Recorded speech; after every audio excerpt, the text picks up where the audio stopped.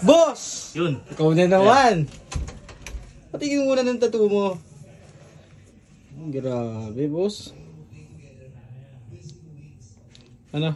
Ready ka na, sir? Solid na solid. Oo, game na. Ayos, sir.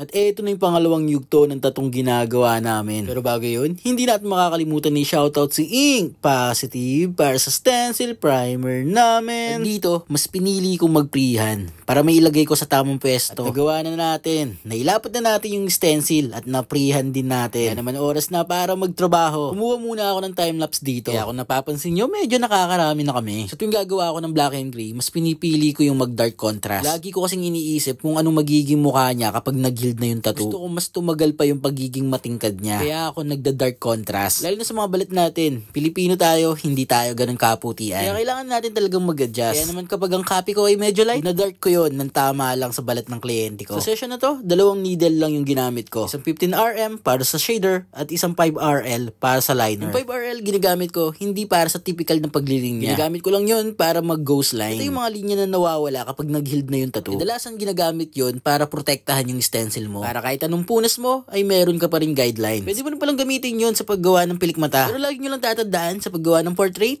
ay konti lang yung linya na gagawin mo. Minsan pa nga ay wala. Basta iwasan mo lang makakreate na sharp na linya. Dahil ang mukha ng tao ay wala talagang linya. More on shading lang talaga kung paano mo to lalaruin. Kung nagsisimula ka pa lang talagang mahihirapan ka sa umpisa. Lalo na kung wala kang drawing background. O hindi ka nag-start na nagda-drawing sa papel. Pero may mga artist na hindi marunong mag-drawing sa papel. Pero magaling sila mag-tattoo. At ang napansin kong pagkakahalin tulad nila ay sobrang sipag nilang mag-practice. Yung skill talaga ay napag-aaralan. Lalo na kung masipag ka. Minsan kasi hindi natin alam na meron pala tayong skill. Kung magaling tayo sa isang bagay. Yung mga ganun na pangyayari, na late mo malalaman. Meron ka palang skill na katulad nito. Kailangan mo lang i-improve. At dito, nasa pagpuputi na tayo. Nahihirapan ka ba sa pag-apply ng puti? O kapag nag-heal day nawawala? Isa sa mga napagtanto ko sa pag-apply ng puti, kailangan mong mag-low voltage. Tapos sabayan mo yung machine mo. Ang bilis niya, siya din dapat bilis ng kamay mo. Basta lagi lang tayo mag-practice kapatid. Magiging mahusay din tayo. Pero bago yun, tattoo reveal muna tayo.